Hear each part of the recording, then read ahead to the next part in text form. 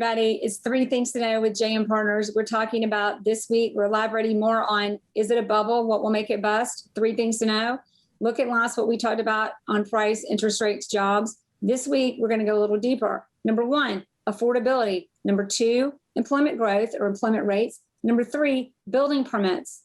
What are they? What is the market doing? We're going to talk about that. What are those three things doing? How does it pertain?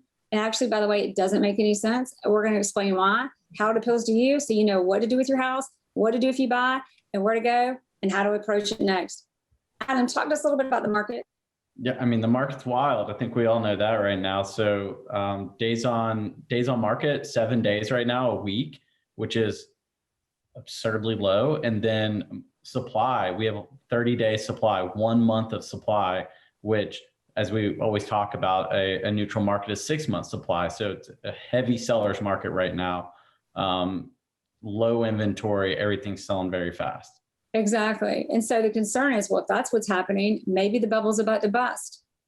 But before we speak to that, Bridget, you're selling some stories from the ground and representing our sellers, buyers, what's going on, especially the seller perspective. You had some interesting stuff to share. Well, just talking about how to get through or not get through even just a weekend, the houses aren't staying on the market over a day, much less a weekend. But we are getting them great terms, getting multiple offers. We're solidifying backup offers. So the seller just gets to sit back and exactly wait. Well, and sell their house.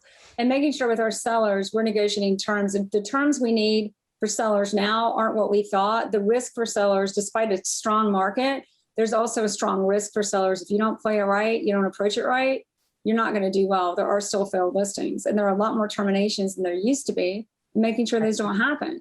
It's kind of like everything's like good, but weird, but different. So let's get into that. So affordability index, we're just looking, or Adam, what were you going to say? No, I'm saying you really have to qualify your buyer that's coming in, putting that offer. Sometimes the highest isn't the best. There's a buyer's remorse. They get caught up in a bidding war and they end up terminating the contract. You just have to really qualify that buyer if you're selling.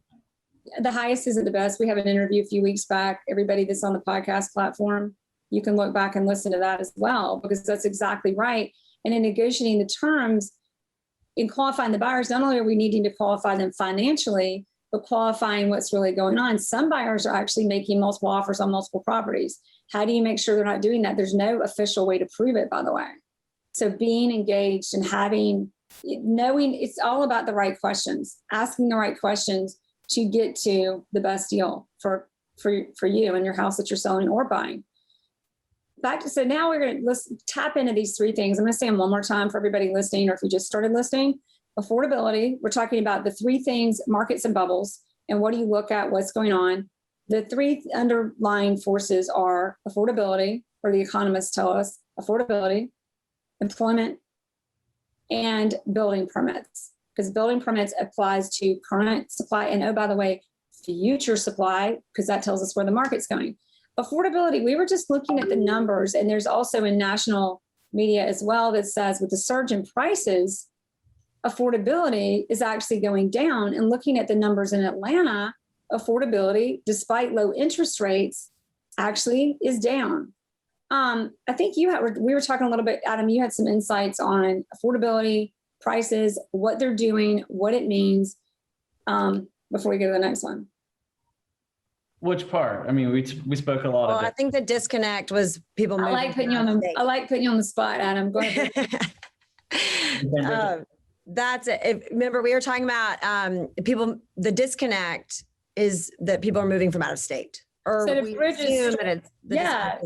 Bridget's story, affordability is down, and yet people are still pushing, and we're still getting multiple offers. We're talking about the multiple offers are in, the average sales price of Atlanta, not just in the higher price point.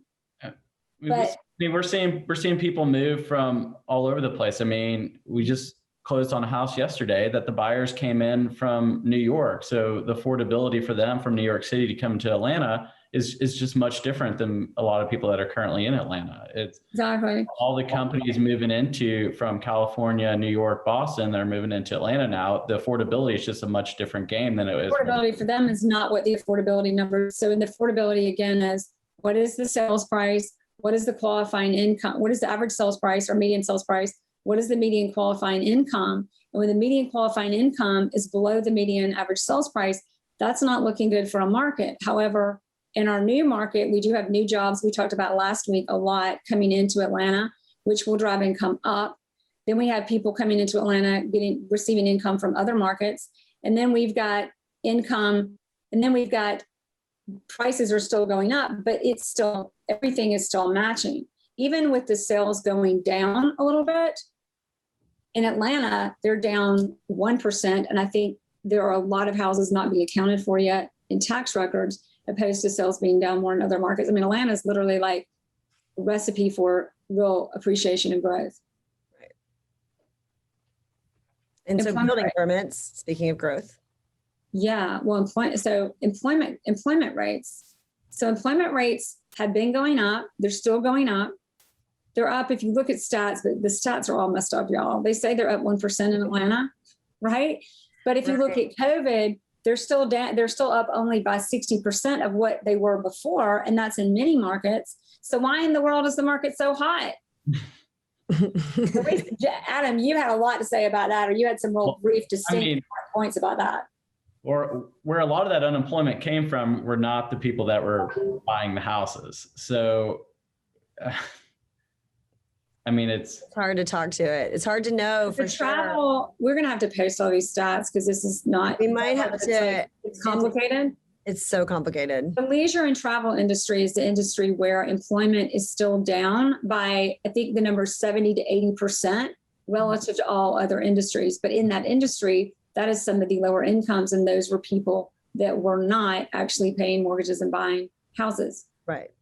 And then we've got other bigger jobs and the diversity initiative in Atlanta specifically because of our great diversity here. That's driving more and more jobs here. I think a big point in Atlanta is literally like the place where it all is. It's the place where you've got jobs growing. It's the place where you've got income coming in. It's the place where you've got opportunity. And it's named top 10 markets.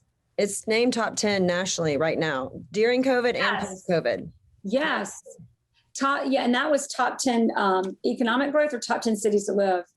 Top 10 growing cities during COVID and post-COVID. And that information came from our realtors. I'm looking at the stats you sent us. Top 10 markets in a post-COVID environment in Atlanta is up there. And this explains why. So the last one we talked about was building permits. Those numbers are not as easy to get. But here's what we do know. Building permits, and we're going to get the details from y'all from John Hunt and Market Insights. Building permits obviously had a brief moment of plummeting this time last year. Building permits are still down because they're recouping from what was before. There's also the cost to build that's gone up. Cost of lumber is up 30%. If you read the national media, it's up 50%. Some people say 60. I'm like, are you sure? So cost to build is going up, which is stabilizing building permits a little bit. But in Atlanta, with the jobs coming in, with the employment growth for the better jobs, with the affordability, despite the affordability as they calculate it on current income in Atlanta, affordability for the future looks amazing. So is it a bubble? It could be, but is it going to bust? If it is, it's not anytime real soon. That's my vote. What do y'all say? I think Atlanta will be okay. It's just going to depend on what's going to happen nationally. Bridget's not as excited about me. Bridget's like, hold up. I mean, it's clearly very market specific. I think some markets are going to struggle. Others are going to, they're going to have a lot of success with it. With Atlanta having all these companies moving here, the tax breaks for a lot of different companies and industries and proximity to major airport. The cities continue to grow and it has been growing. So there's no slowdown in that in the near future of the growth of the city. So I think maybe if you go out into the rural areas, that may have a little bit more difficult time. But right here in metropolitan, I don't see it. Well said. Thanks for listening.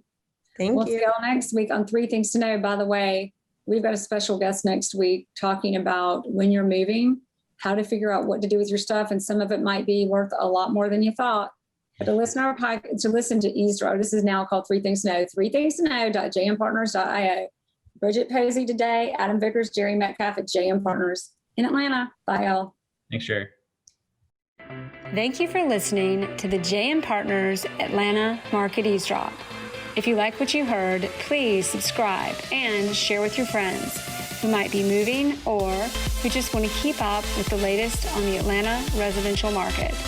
You can find us anytime online at jmpartners.io. That's jmpartners.io.